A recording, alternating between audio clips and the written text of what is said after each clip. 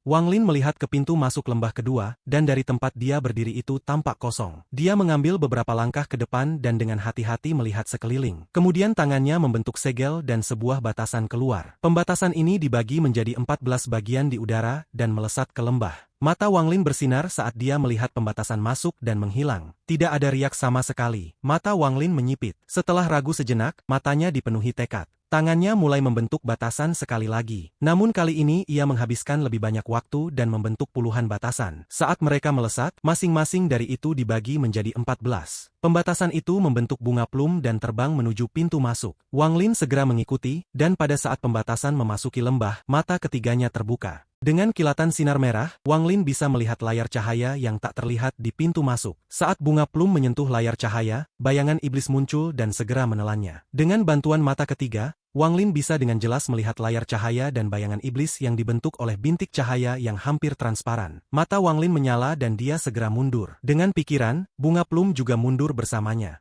Bayangan iblis tampak ragu sebelum mengejar pembatasan. Pada saat ini layar cahaya di pintu masuk menjadi tipis dan bayangan iblis memanjang. Wang Lin merasakan sengatan di antara alisnya. Ini adalah tanda bahwa mata ketiga telah mencapai batasnya. Dia maju tanpa ragu. Dia bergerak sangat cepat dan melewati bayangan iblis dalam sekejap, tiba tepat di depan layar cahaya yang menipis. Pada saat dia menyentuh layar cahaya, Wang Lin mengangkat jarinya dan memindahkan energi pedang Ling Tianho ke jarinya. Dia tidak melepaskannya tetapi menyimpannya di dalam jarinya dan menekan layar cahaya. Layar cahaya bergetar dan kemudian menyebar, membentuk celah. Wang Lin langsung melesat tanpa ragu. Semua ini terjadi dalam waktu singkat. Bayangan iblis yang tak terlihat tersentak ke belakang dan meraung. Lalu semua bintik cahaya berkumpul di tubuhnya dan menyerbu ke Wang Lin. Kulit kepala Wang Lin terasa mati rasa. Mata ketiganya tidak bisa dipertahankan lama dan sudah tertutup secara otomatis. Sekarang dia memasuki lembah, pemandangannya sangat berbeda dari apa yang dia lihat dari luar. Tanah lembah berwarna coklat dan kerangka yang tak terhitung jumlahnya menutupi tanah. Ada beberapa serangga aneh yang sedang menggali di dalam beberapa kerangka. Ada 8 pedang pendek yang ditikam ke tanah di tengah lembah. Tampilan dan aura dari pedang pendek ini persis sama dengan yang sebelumnya. Jelas bahwa mereka milik set yang sama. Di tengah 8 pedang pendek ada tengkorak besar seekor binatang buas. Itu memiliki 4 taji tulang ganas yang menunjukkan dan mengeluarkan aura suram. Wang Lin tidak ragu untuk masuk ke lembah dan meraih tengkorak binatang. Pada saat ini 8 pedang pendek segera melepaskan energi pedang dan menembak ke arah Wang Lin. Di depan Wang Lin adalah energi pedang dan di belakangnya ada bayangan iblis. Pada saat krisis ini, Wang Lin tidak panik dan matanya tenang. Saat energi pedang mendekat, jarinya menunjuk ke depan.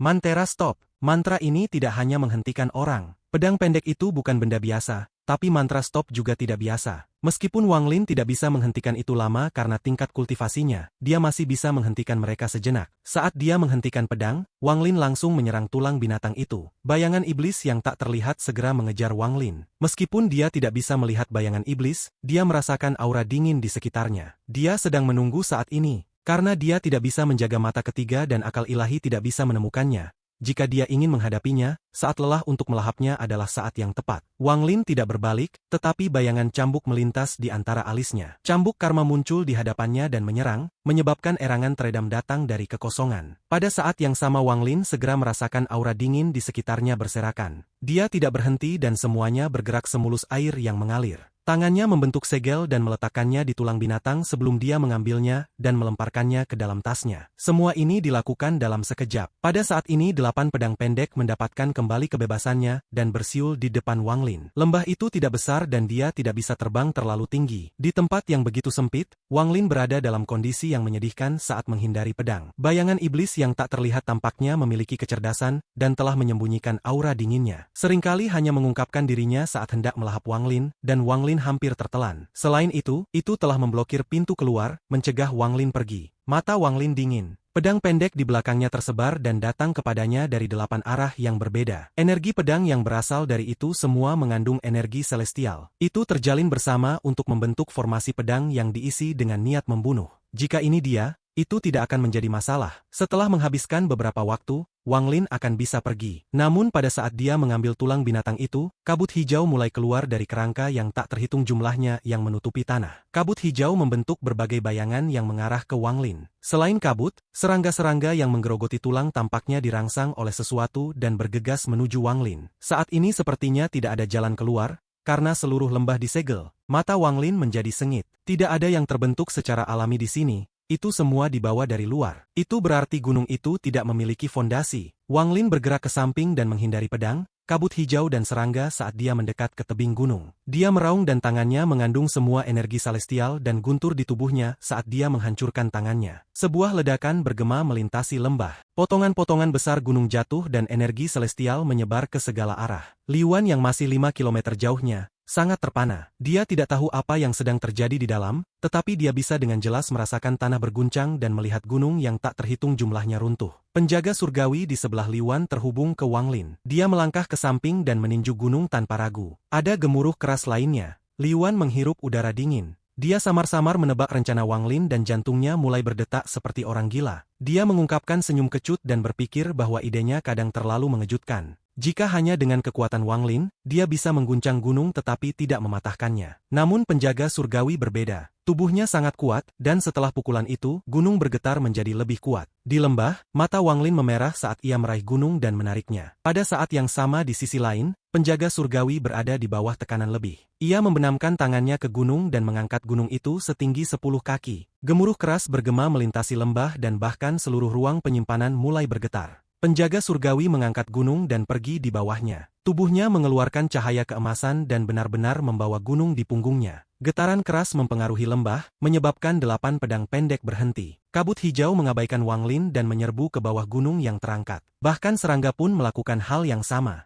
Suara letupan datang dari tubuh penjaga surgawi. Tampaknya sudah gila karena mengeluarkan geraman dan mendorong gunung naik beberapa puluh kaki. Tidak peduli berapa banyak retakan spasial yang muncul, itu hancur oleh dampak gunung. Setelah mengangkatnya ke ketinggian tertentu, penjaga surgawi melemparkan gunung itu ke bawah. Bumi bergetar, ruang penyimpanan tampak seperti akan runtuh, dan bahkan lebih banyak retakan muncul. Gunung itu jatuh dari langit dan mendarat di tanah tempat semua retakan itu menghancurkannya. Wang Lin menggunakan kesempatan ini untuk bergegas keluar dari lembah. Bahkan bayangan iblis yang tak terlihat menghilang tanpa jejak, dan tidak ada yang tahu kemana perginya. Wang Lin meraih udara setelah bergegas keluar dari lembah dan melihat ke depan. Dia bisa melihat bahwa lembah ketiga juga terpengaruh. Pada saat ini, kilatan cahaya pembatasan yang tak terhitung jumlahnya datang dari lembah ketiga. Tampak jelas bahwa banyak pembatasan telah runtuh karena gunung. Aku takut surgawi yang memiliki ruang penyimpanan tidak akan pernah berpikir bahwa seseorang akan mengguncang gunung untuk melanggar batasan di sini. Wang Lin menyesuaikan tubuhnya sedikit sebelum dia bergegas menuju lembah ketiga. Tujuannya adalah baju besi kulit dewa kuno. Karena dua lembah pertama tidak memilikinya, maka sangat mungkin di lembah ketiga.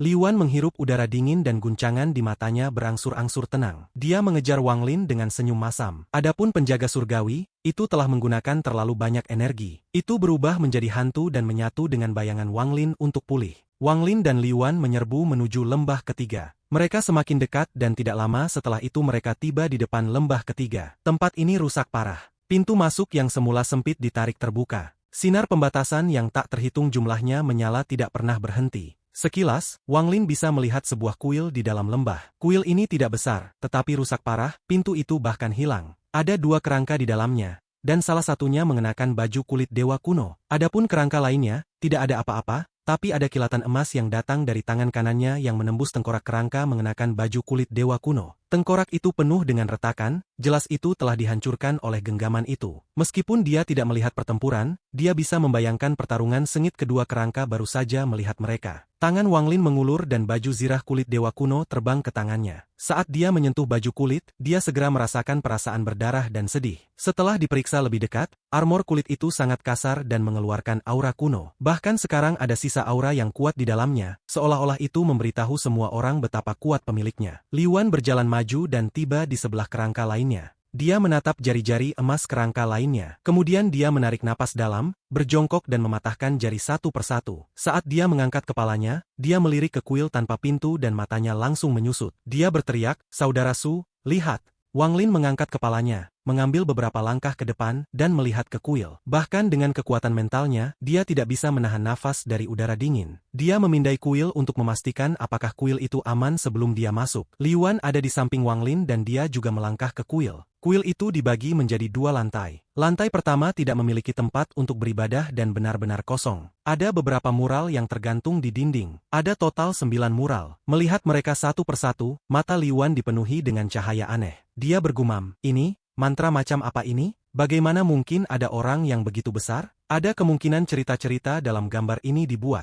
Lukisan-lukisan itu dengan jelas melukis raksasa besar dengan 8 bintang di dahinya. Dia dikelilingi oleh banyak surgawi yang dipersenjatai dengan berbagai harta yang menyerangnya seperti orang gila. Tubuh surgawi benar-benar tidak penting dibandingkan dengan raksasa. Mata raksasa itu dipenuhi dengan ketidakpedulian dingin, tetapi Cat itu begitu penuh perhatian sehingga kelelahan dalam tatapan dingin itu bisa dengan jelas dirasakan. Kesembilan mural itu seperti ini. Bintang 8 Dewa Kuno. Wang Lin merenung saat dia menatap lantai 2. Dia menghela nafas dan berjalan, meninggalkan Li Wan bergumam sendiri di lantai pertama. Lagi pula, tidak banyak orang yang tahu tentang Dewa Kuno. Lantai 2 agak sederhana. Hanya ada meja dengan kertas perkamen kuning tersebar dan beberapa kuas di sebelahnya. Mudah dibayangkan bahwa penguasa tempat ini menyukai lukisan. Tidak jauh dari meja ada sebuah pedupaan, tetapi hanya ada debu yang tersisa di dalamnya. Wang Lin tiba di sebelah meja dan melihat kertas ditahan oleh penindih kertas. Pemberat kertas ini mengeluarkan gelombang energi celestial, jadi jelas itu tidak biasa. Namun Wang Lin tidak melihat pemberat kertas tetapi kertas. Tahun ke-16 dari era ke-27 alam surgawi. Perang pertama antara tatanan kuno dan alam surgawi berakhir dengan kemenangan. Harta sihirku rusak dan perlu disempurnakan di sini. Namun karena eksploitasiku, aku dihadiahi sepotong kulitnya dan membuat baju zirah kulit dari itu. Tahun ke-19 dari telinga ke-27 dari alam surgawi. Terjadi perubahan yang mengejutkan. Kaisar surgawi menjadi gila dan mati saat menunjuk ke langit. Aku pribadi melihat semuanya. Pemandangan yang seharusnya tidak ada saat Kaisar Surgawi meninggal. Sejak Ali menjadi surgawi, aku tidak pernah takut bahkan saat berperang melawan Dewa Kuno. Namun pada saat itu, aku menjadi pemalu dan takut. Aku melihat apa yang seharusnya tidak pernah dilihat. Saat sebagian besar makhluk surgawi bertempur, aku melarikan diri, dan ada sepasang mata yang mengikutiku, aku harus melukis apa yang aku lihat. Tulisan tangan menjadi sangat ceroboh pada akhirnya. Mudah untuk melihat betapa cemasnya orang yang menulis ini. Aku menggambarnya. Tapi apa ini? Apa yang kulukis? Surat itu berakhir di sini. Mata Wang Lin menjadi serius. Setelah merenung sejenak, dia duduk di depan meja dan mengambil kuas. Dia ingin merasakan apa yang terjadi ketika surgawi menggambar ini. Wang Lin memegang kuas dan perlahan menutup matanya. Setelah sekian lama, dia membuka matanya dan tangannya mulai menulis sesuai dengan teks. Dia secara bertahap menemukan jejak apa yang dirasakan surgawi. Pikirannya berangsur menjadi cemas saat menulis. Ini adalah perasaan ragu dan kebingungan bercampur menjadi satu. Aura ini tetap berada di ruangan ini bahkan hingga hari ini. Akhirnya, tangan Wang Lin berhenti di udara. Dia melihat keluar melalui jendela di lantai 2. Surgawi ini baru saja menyelesaikan lukisan itu, tetapi ia menjadi semakin bingung. Setelah meninggalkan kata-kata ini, ada perubahan. Seseorang pasti telah tiba. Wang Lin meletakkan kuas dan melihat keluar. Dia kurang lebih menemukan beberapa petunjuk. Setelah melihat kertas itu, dia melambaikan tangannya dan kertas itu terbakar. Setelah terbakar bersih, Wang Lin menyingkirkan pemberat kertas. Saat dia berjalan dari lantai 2, dia melihat Li Wan menurunkan lukisan-lukisan dari lantai pertama dan meletakkannya di dalam tasnya. Wang Lin ragu sebelum berkata, "Saudara Li, kamu harus berhati-hati tentang di mana kamu menyimpan lukisan. Kamu tidak boleh membiarkan orang luar melihatnya. Jika tidak, itu akan menyebabkan bencana besar." Li Wan sepertinya menyadari sesuatu dan mengangguk. Li Wan bertanya, "Seharusnya ada lebih banyak harta atau batu giok di dalam ruang penyimpanan ini. Apakah saudara Su tidak akan melihat sedikit lebih lama?"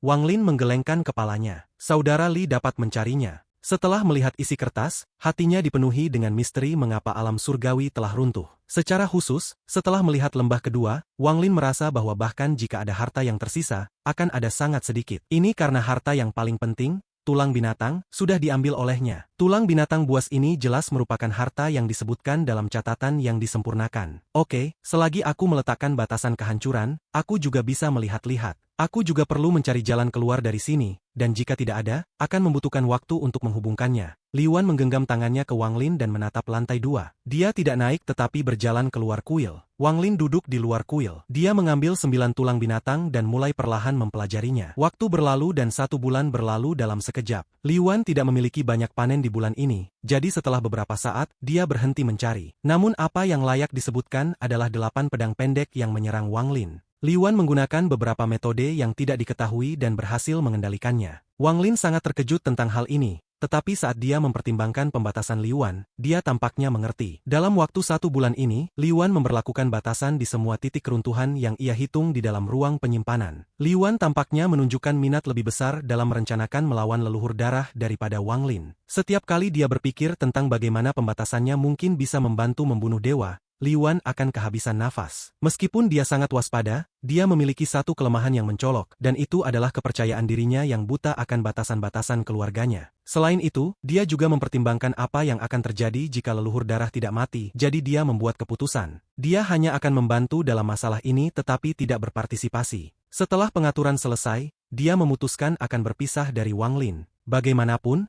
masalah ini terlalu besar, bahkan jika ia berhutang budi kepada Wang Lin. Sebenarnya, untuk membantu secara rahasia juga merupakan batasannya. Sudah sangat sulit baginya untuk bahkan membantu pada saat ini. Pada hari ini Li Yuan kembali ke kuil dengan ekspresi serius. Dia menatap Wang Lin dengan tatapan yang kompleks dan menghela nafas berat. Lalu dia melambaikan tangannya dan bola pembatas kristal terbang keluar dan melayang di depan Wang Lin. Saudara Su, aku telah menempatkan 1465 poin runtuh menggunakan pembatasan pemusnahan. Yang perlu kamu lakukan adalah mengaktifkan bola pembatasan ini dengan energi celestial dan ruang penyimpanan ini akan benar-benar runtuh. Wang Lin memegang bola pembatas dan memindai dengan akal ilahi. Setelah memastikan tidak ada masalah, dia menggenggam tangannya dan berkata, "Terima kasih banyak." Ekspresi Li Yuan menjadi gelap dan dia berkata dengan ragu-ragu, "Saudara Su, sebenarnya, aku punya metode jika kamu tidak ingin ditemukan oleh leluhur darah. Yang harus kamu lakukan adalah bersembunyi di dalam gua dan tidak pergi sampai leluhur darah itu melupakan kebenciannya." Wang Lin dengan tenang tersenyum dan berkata, "Aku akan mengingat kebaikan saudara Li. Jika tidak ada cara untuk bertarung melawan leluhur darah,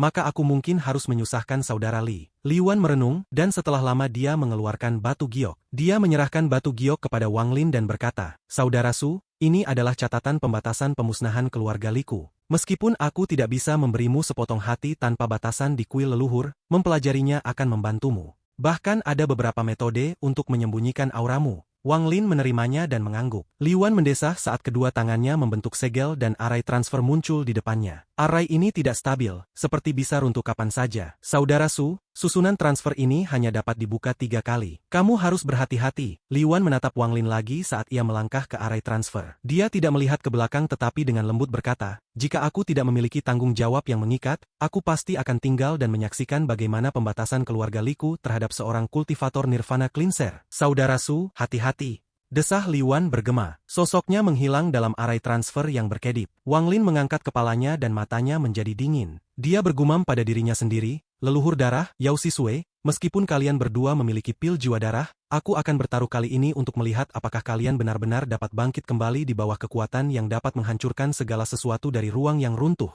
Wang Lin membawa tas penyimpanan. Tas ini milik Yao Sisue, tetapi dia tidak bisa membukanya. Dia hanya bisa menempatkan batasan padanya, untuk membuat aura tidak menyebar terlalu jauh. Selain tas ini, Wang Lin awalnya memiliki pil jiwa darah asli, tetapi digunakan dalam pertempurannya melawan iblis yang tersebar. Dia tahu bahwa setidaknya ada 1 pil jiwa darah lainnya, tetapi dia tidak bisa membuka tas. Mustahil bagi siapapun untuk memiliki banyak pil yang menantang surga ini, bahkan leluhur darah. Setelah konsumsi selama bertahun-tahun, aku khawatir memiliki 1 atau 2 adalah batas untuk leluhur darah. Sambil mencibir, Wang Lin mengeluarkan bola pembatas yang mengurung Yao Sisue. Dia tidak lagi tertarik mengajukan pertanyaan, jadi dia melemparkan bola pembatasan. Segera terbang dan dimakamkan jauh di dalam gunung yang jauh. Setelah melakukan semua ini, Wang Lin mengambil langkah dan memasuki arai transfer. Ada kilatan cahaya dan Wang Lin menghilang. "Leluhur darah, karena kamu tidak mau membiarkan aku pergi, maka aku akan melakukan seperti yang dikatakan Li Yuan, mencoba untuk membunuh dewa."